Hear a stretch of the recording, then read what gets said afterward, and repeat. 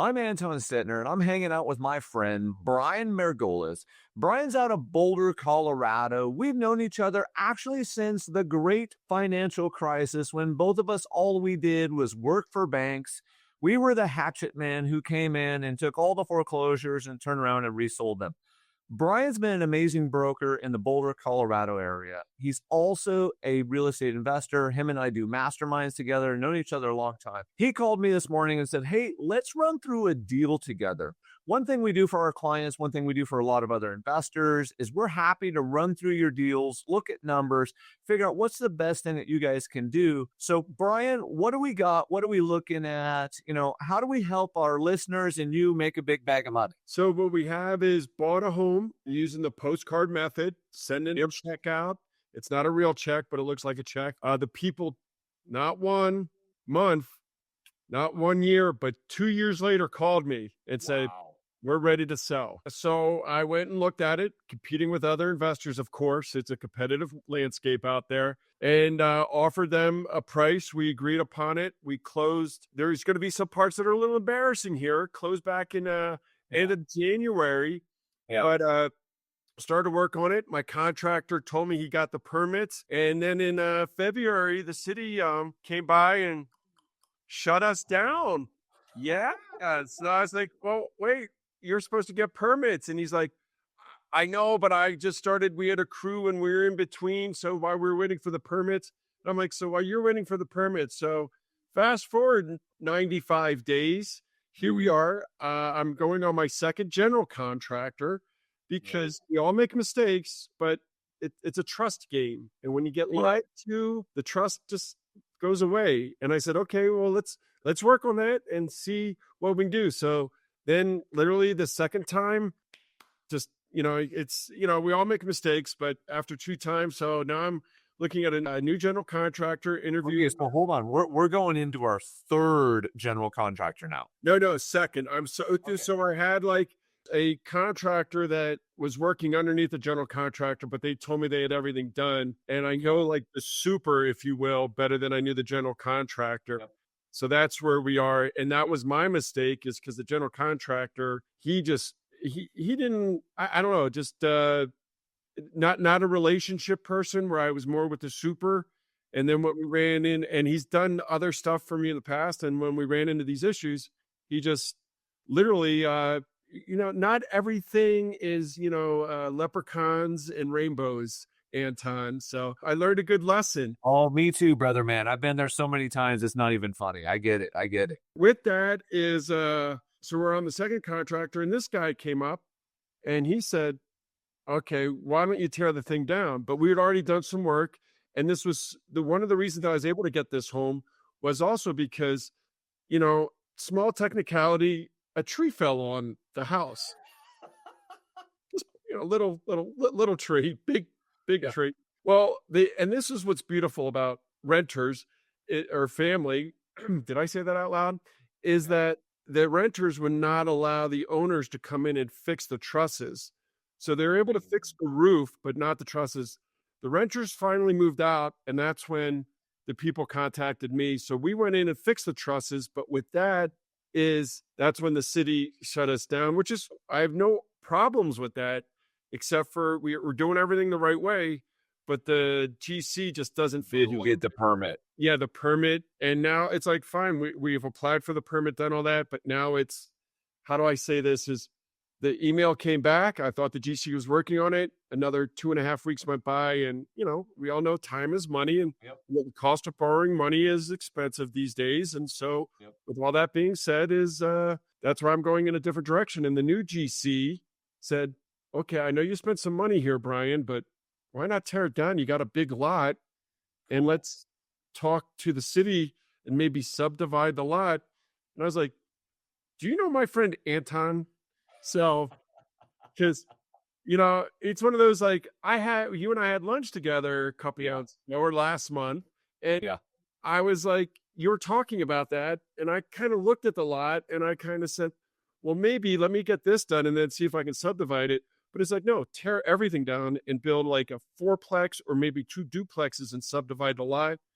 And with all the new ADU laws, we're kind of following California, Washington, Colorado, all very expensive places to live.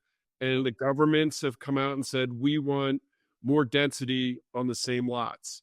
And that's where I started thinking ADU, but this general contractor said, Brian, I'm expensive. It's going to cost kind of the same money to build an ADU. Why not just tear it all down and build four? Fresh. Yes. Okay, then this leads us into a really good question. What's your cost basis into the acquisition or the land that Sure. That was 202,000. 202? And then what's a lot go for in that area, generally speaking? Just a lot.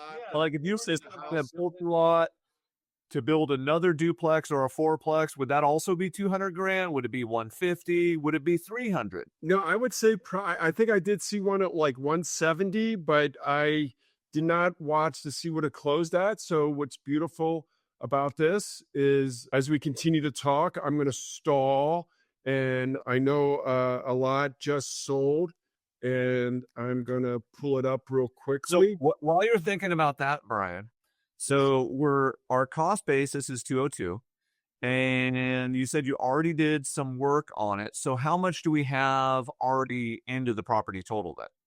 I put 20 into it. So we're 222 right now plus carry. Yes, sir. So 222 plus carry, and then another vacant lot that was on improved sold for 105,000, just closed in January, and it looks like it did not have a water tap or sewer tap. And what I want all of our listeners, our subscribers, people that hear this to get is, as investors, one of the things that we're always doing is you're never going to bat perfectly. And that's just a fact of this game, and that's okay. All we want to do is we want to learn each time so that the next time we can make improvements, or the next times we see that better. But you're going to have a batting average where some of them won't work out perfectly. So how wide is the lot? What are the lot dimensions? 50 by the front and 100 depth. And here's the beautiful part is I didn't even know this until I went out and looked at it. I went, ooh, there's an alley in the back.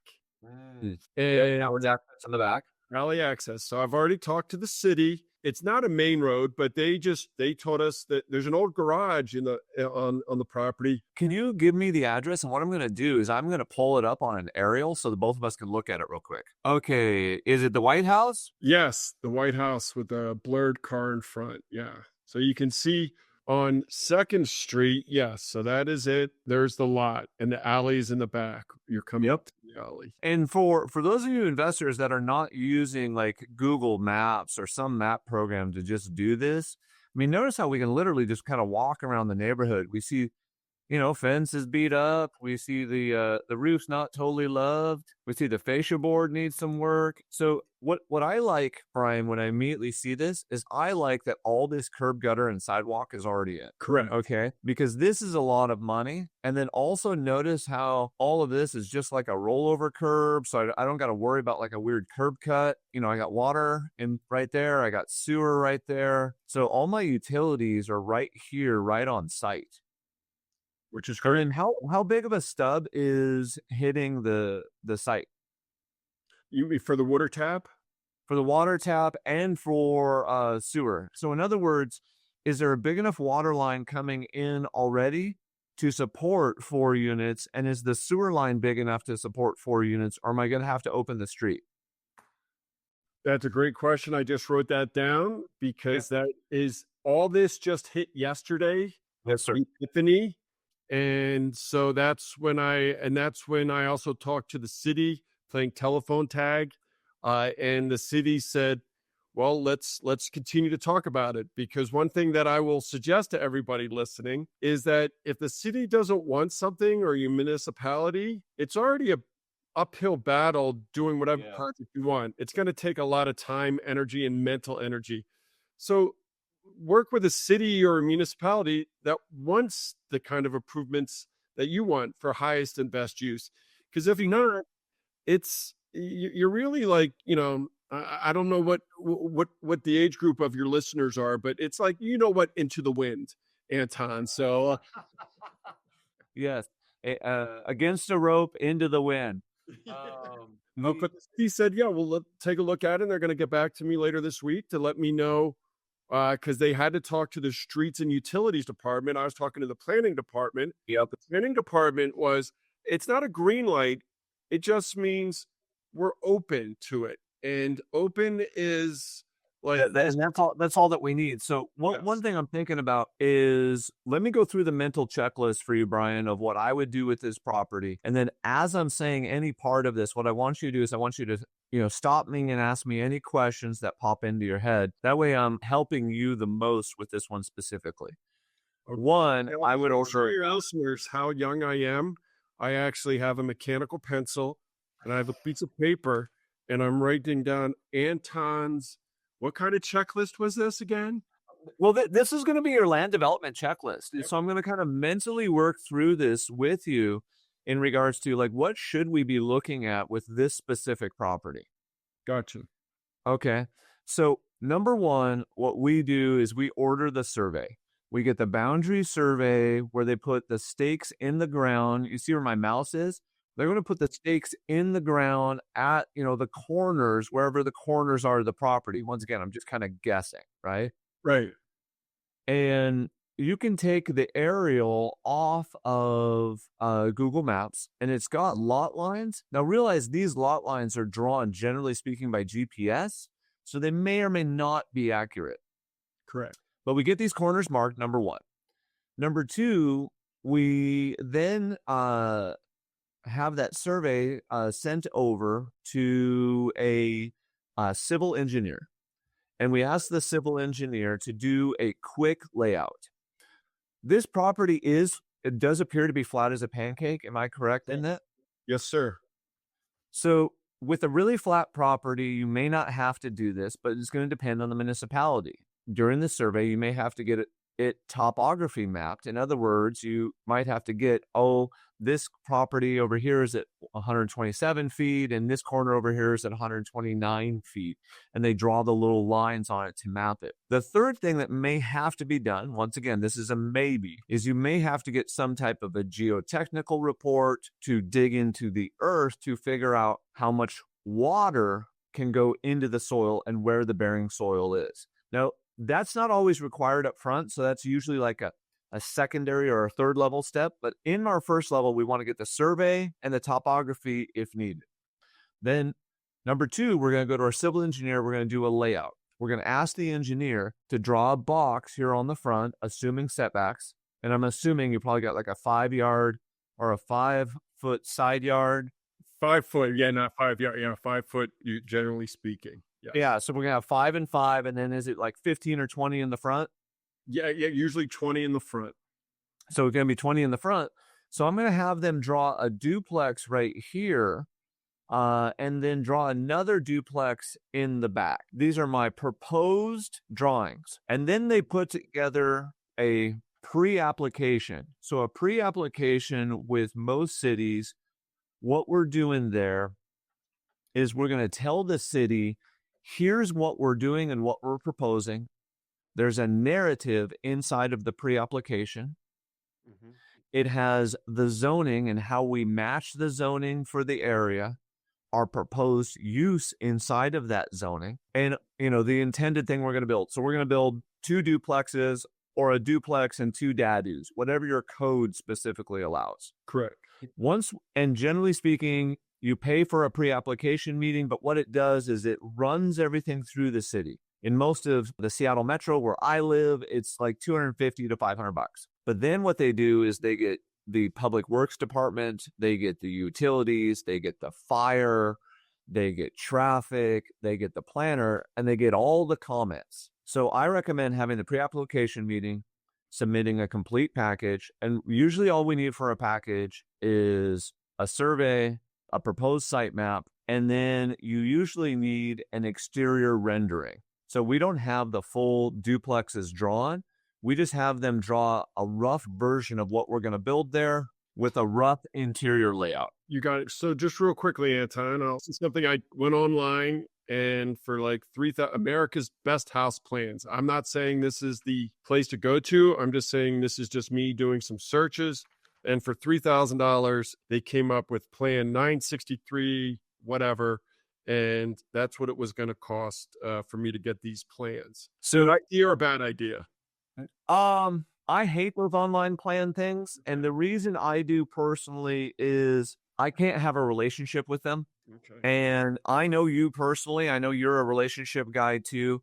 I'd recommend finding someone local, because then what happens is we can build relationships and we can figure out how to tweak these things to properly meet the local city requirements or the local county requirements. These online plan ones are very generic, and then you still have to then force them into the local requirements. Also, a mistake, and this mistake, listeners, pay attention. This has cost me so much money. I buy the plans, or I decide the plans I like, instead of having the plans fit the property. And so, in other words, I burn money on some crazy idea when I should go to the professionals that I built a relationship with and have them tell me what's going to fit best on the property.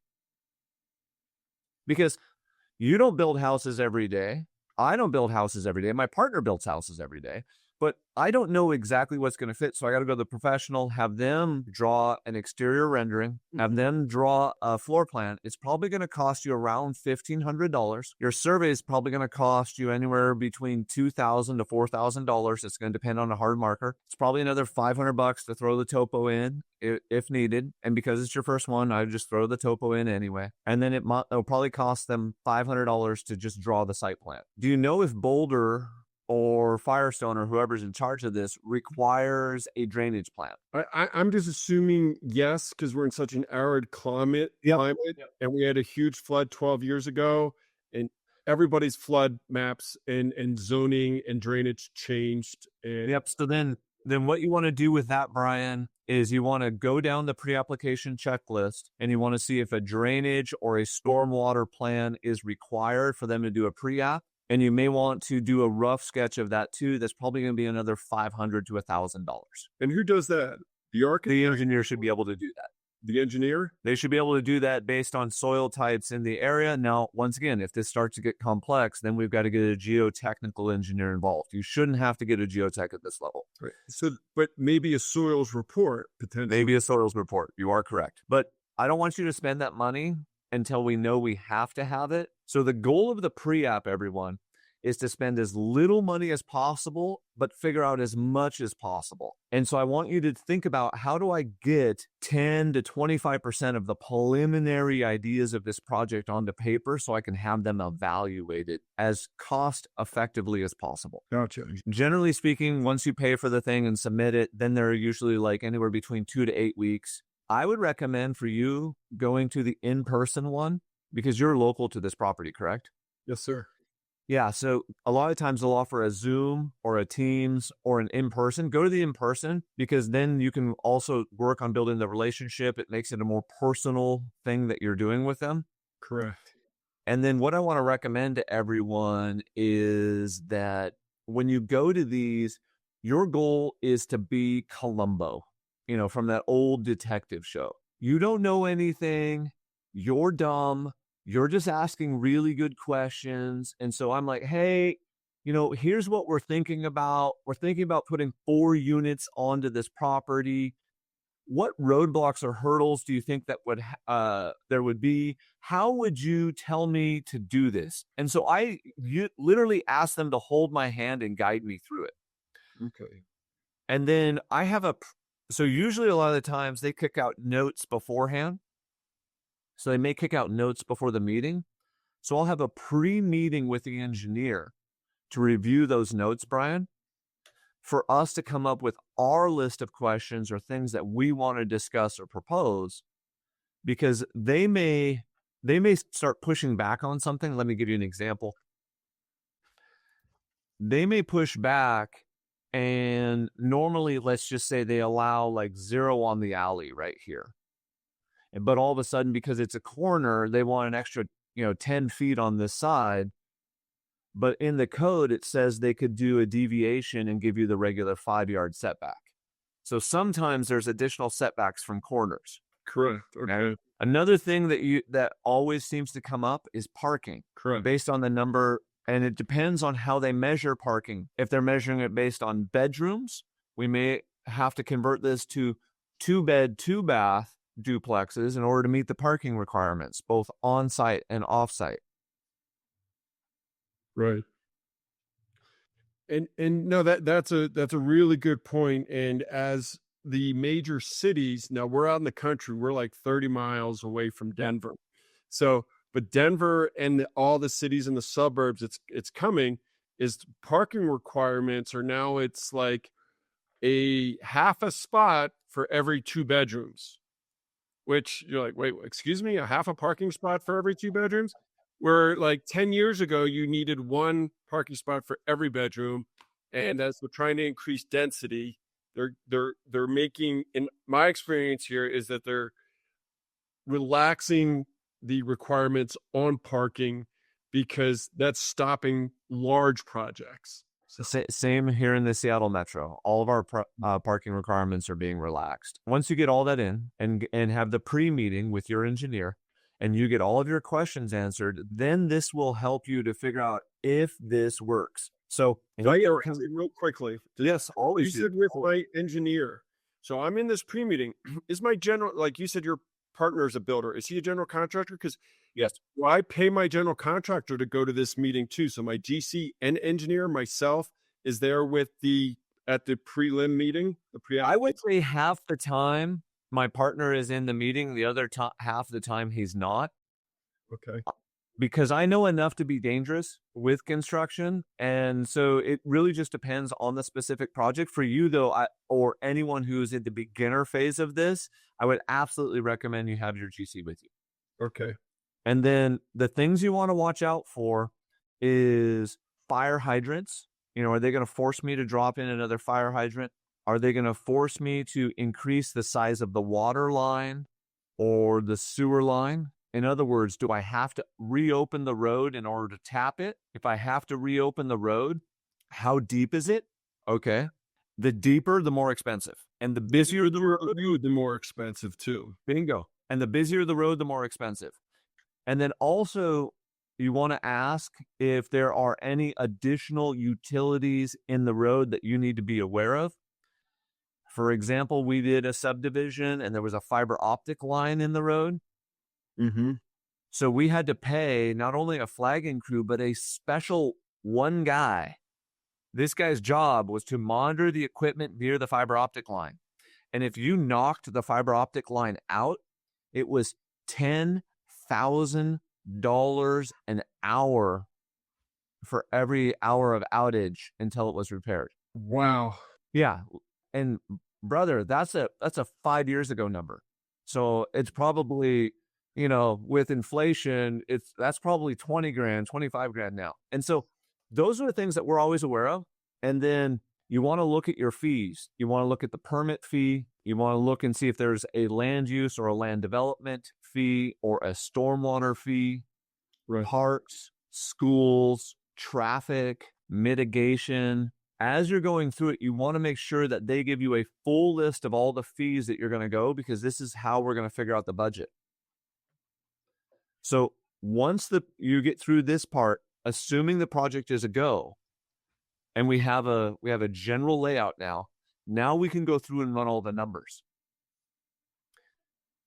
Then what you do is you go create the as repaired value, or the as finished value in this case.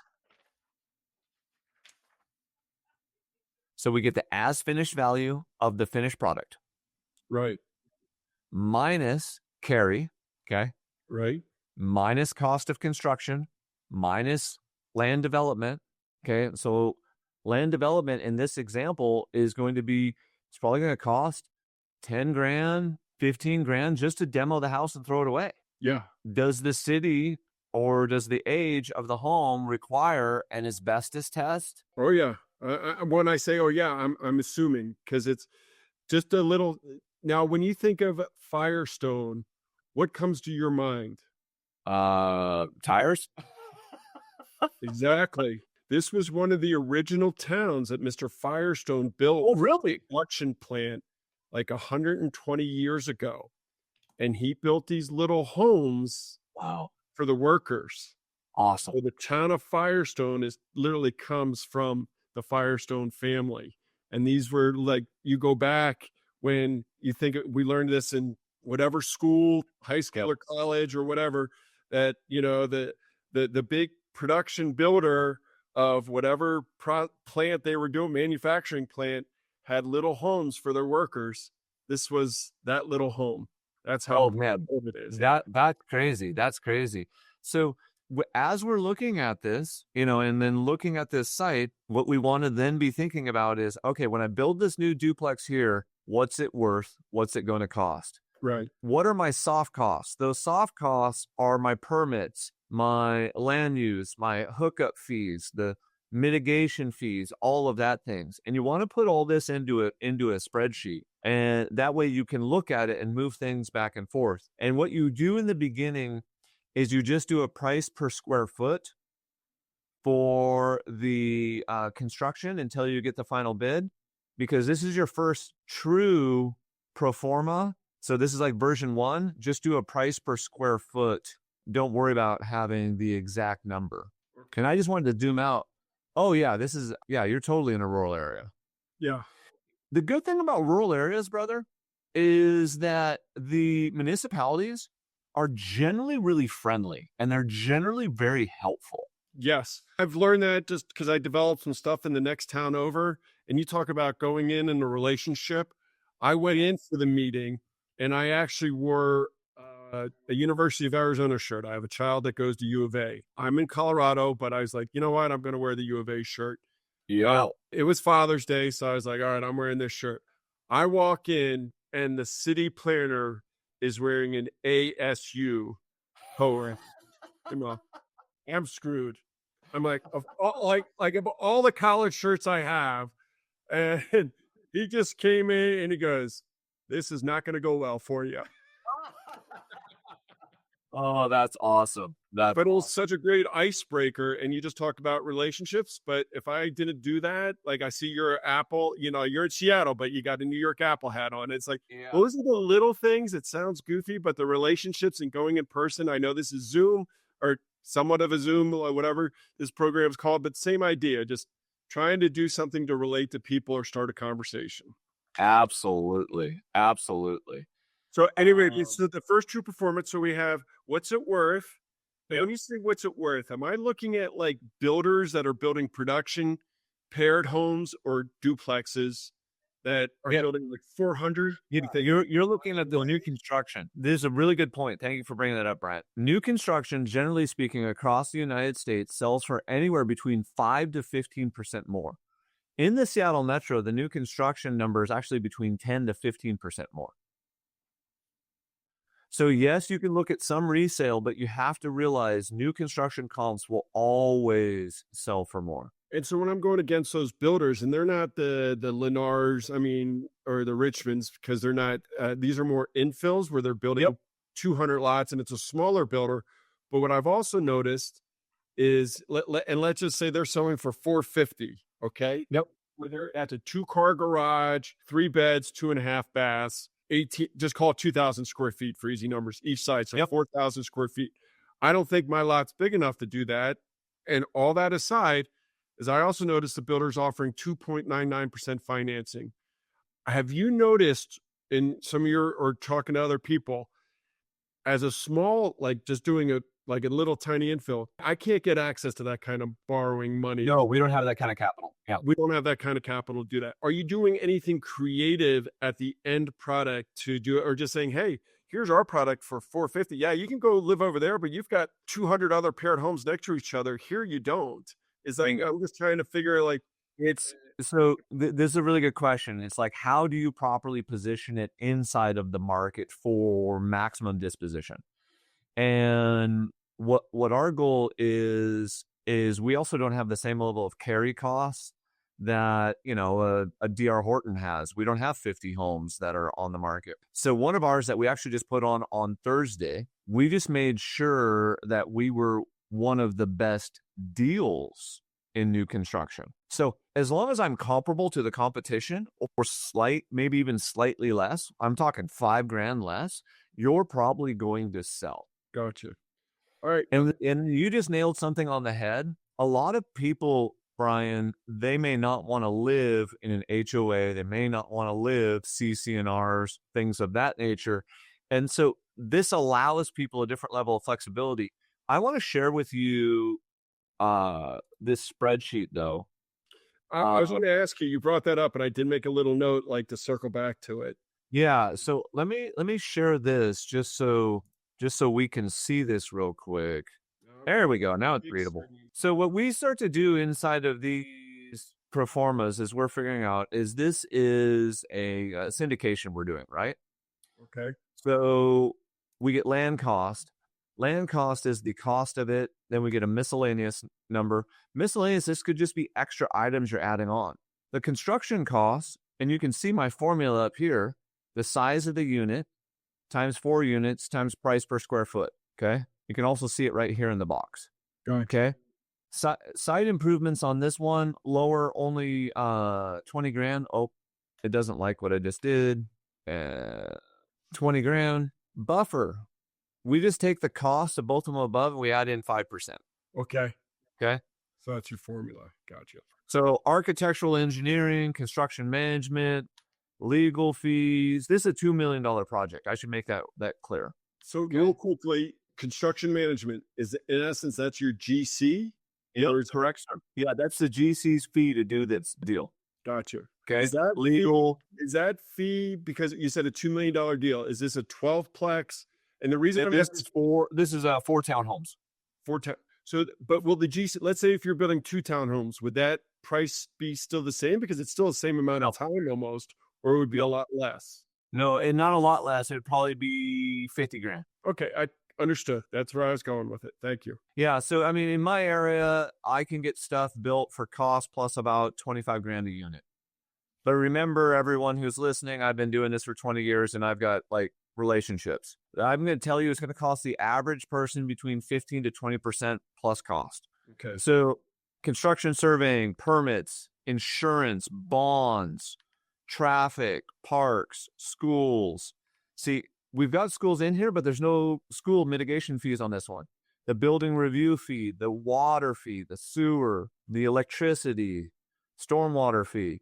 When you look at that one and you go $500, is that really correct? This is something that's local. So there are local things in different jurisdictions that they may just charge you for.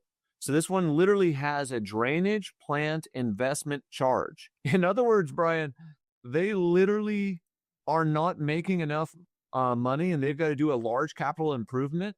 So they're overcharging every project on a price per square foot to be prepared for that next capital improvement. Because they can. 100%. The reason I just see that is like you pick and choose your battles. Just that's the cost of doing business, everyone. So bingo. So variance, the cost of the binding site plan for them to issue it.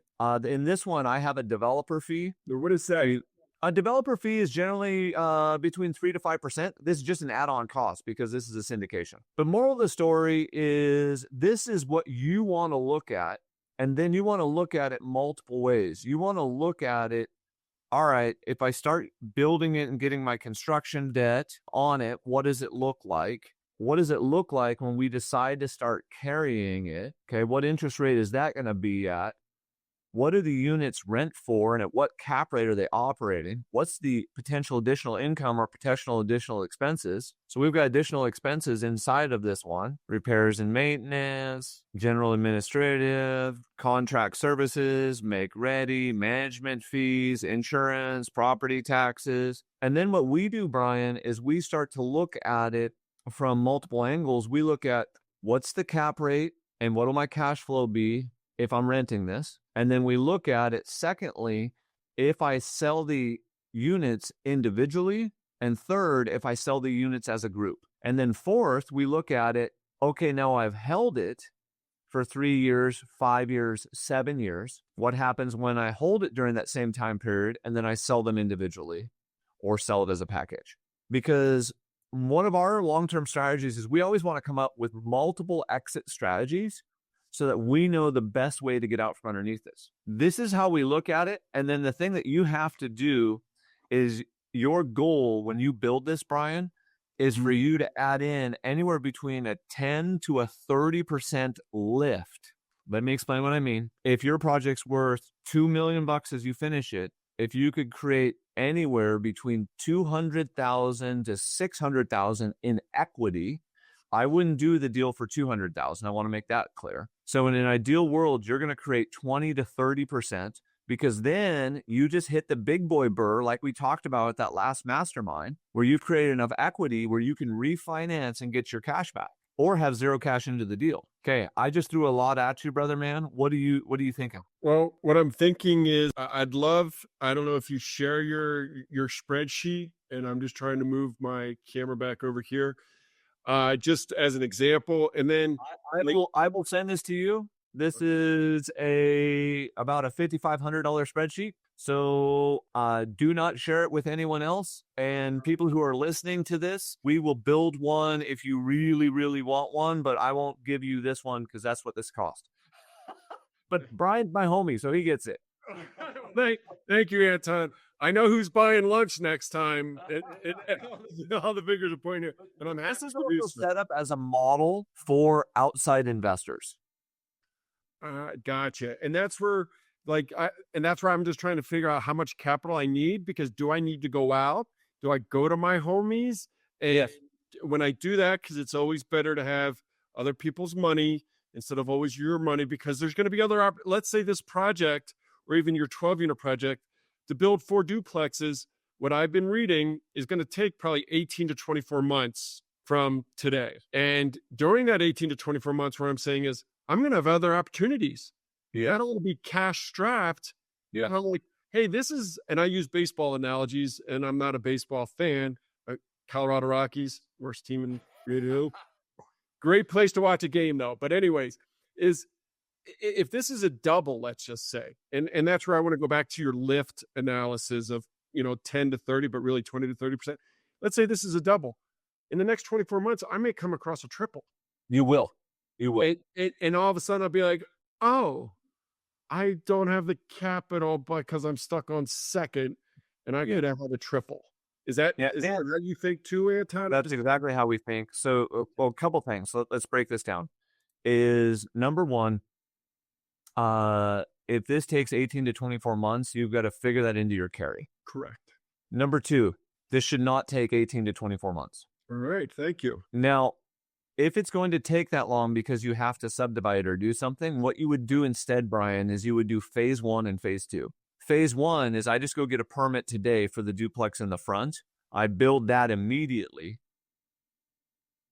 rent it immediately, and while I'm in the process of constructing that, I'm doing the subdivision simultaneously. That way I don't have to wait.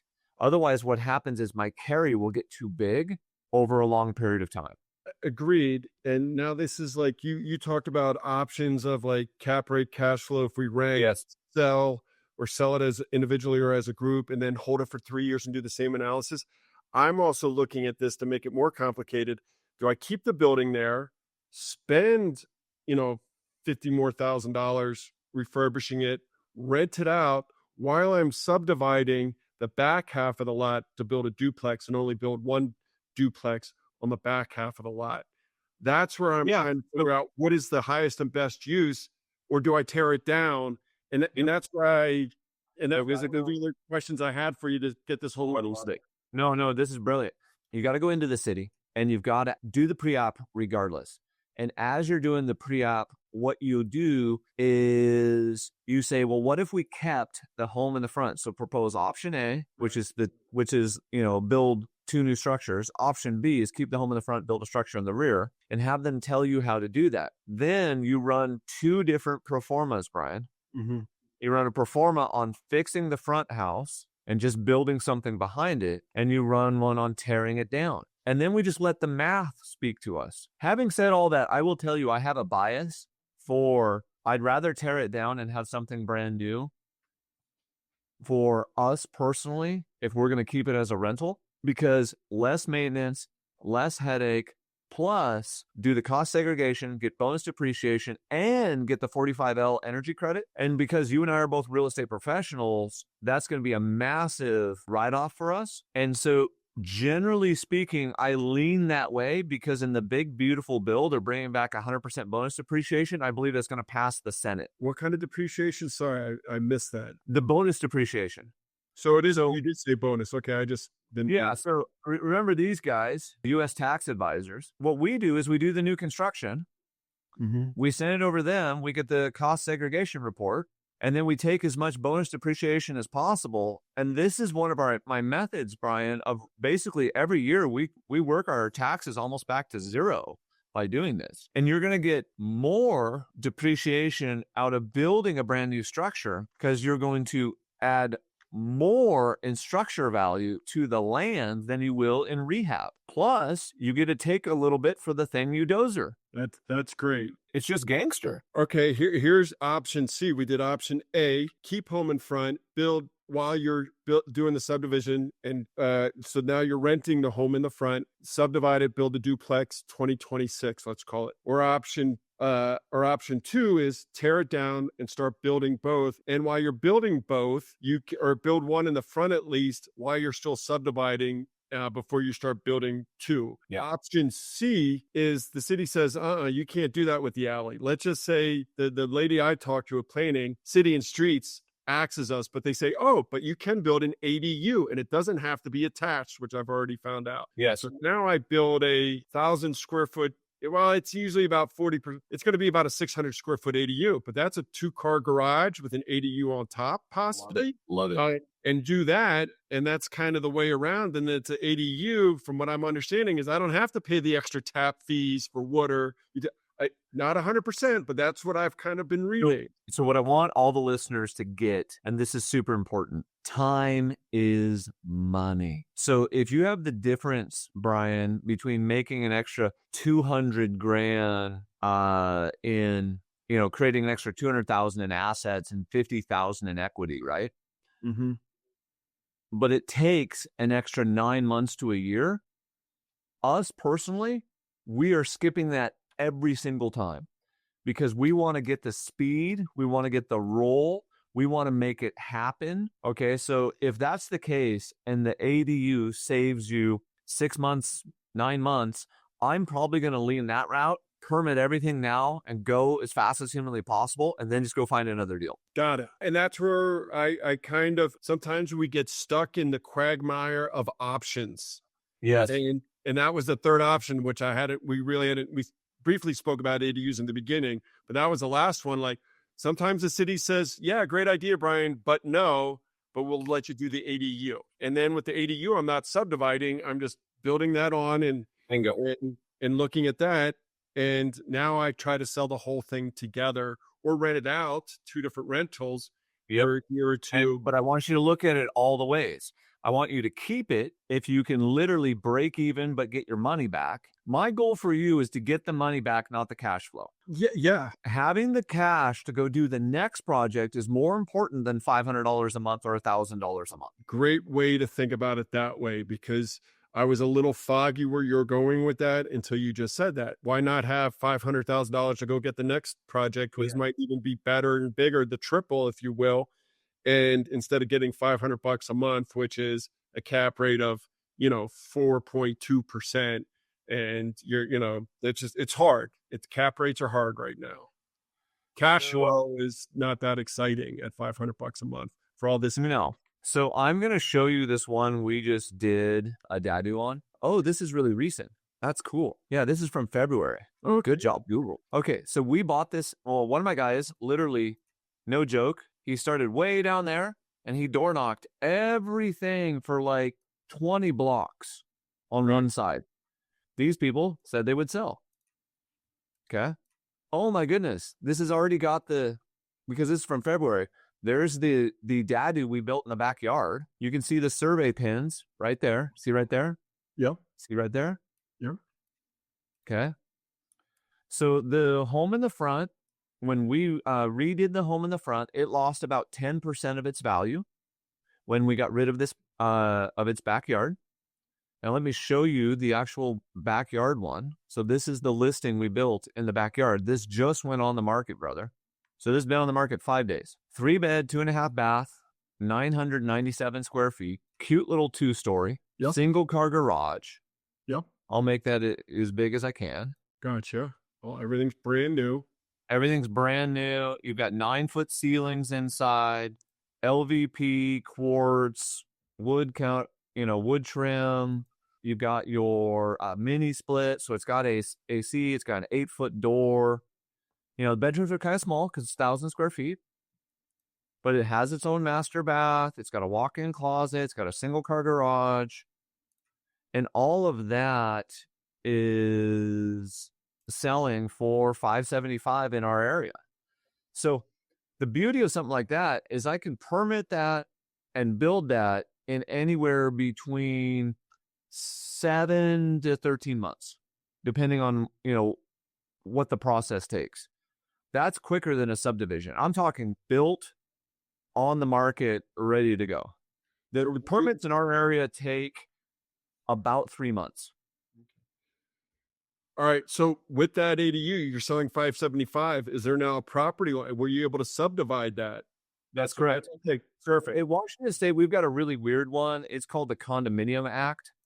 And basically what it does is we can draw property lines on a piece of paper, and they just make it show up. So here's an aerial. Let me share this aerial. Here's the aerial, and you can see this is when it was under construction. Right. And this lot is 50 by 120. Okay, we're 50 by 100, but perfect. Like that's... Yeah. So here's my question for you. What did you buy the front house for? Was it at 470 below market? Or yeah, we bought it below market at 472. I resold it at 495. At 472 is probably worth 535 when I bought it. And then we sank 35 grand into it to repair it. And it's pending right now. To break even to almost fund the profitable. Yep, there you go. It got me a free piece of land in the backyard. Bingo. Yep. Okay. And what we just hit on, and I will share this with everybody. That's why I'm looking at every property now on the MLS. I don't know if you are, Anton, but now I wake up and I look at looking differently. Yes. Yeah, we're looking through the MLS for outsized opportunities that other people are passing over because it looks like work, or they don't understand how to do the work. Right. The beauty of being a land developer and investor in land and in the new construction space is once you learn and understand that esoteric language known as land development, you can then use that knowledge to create outsized returns. I mean, we were just talking about like maybe creating a 30% lift. That's a big number. This property, even after carry and everything else, is going to produce like, I want to say it's 152 grand. What is that? 152 divided by 575, 26.4%. Yeah. And that's after carry and after paying everyone. That's a bat rattler. So, and that's because, just I want to clarify this. You sold the front at like break even, and you got a 26% lift on the back. Got it. Well, and on a certain level, though, Brian, you and I, we're double, triple, quadruple dippers in this. Yeah. My construction company broke even, but I also got paid a commission. Right. And my escrow company got a deal. And my brokerage got a deal. Yep. Hey, brother, man, do you have any final questions or thoughts or things in relation to this? Has this been helpful for you? 100%. Actually 26.4% to be exact, Anton. And then if people are looking for investments in your area, how do they get a hold of you, Brian? Where can people reach? Margolis team, maybe you could put it up there. The Margolis team, TheMargolisTeam.com. I also buy homes. You'll see that right on the website too. So if you have any friends that are just looking to get rid of their homes, and that's for everybody on here, that's sometimes the best leads are right there. Yeah. So, but, or, 720-352-0454 is my direct cell text, obviously Facebook, Instagram, all those things. But I don't know how to do that without you putting them on there, Anton, because you're No. Our editor will throw that up for the listeners so they can see them. Brian, thanks for hanging out with me, brother, man. This has been awesome.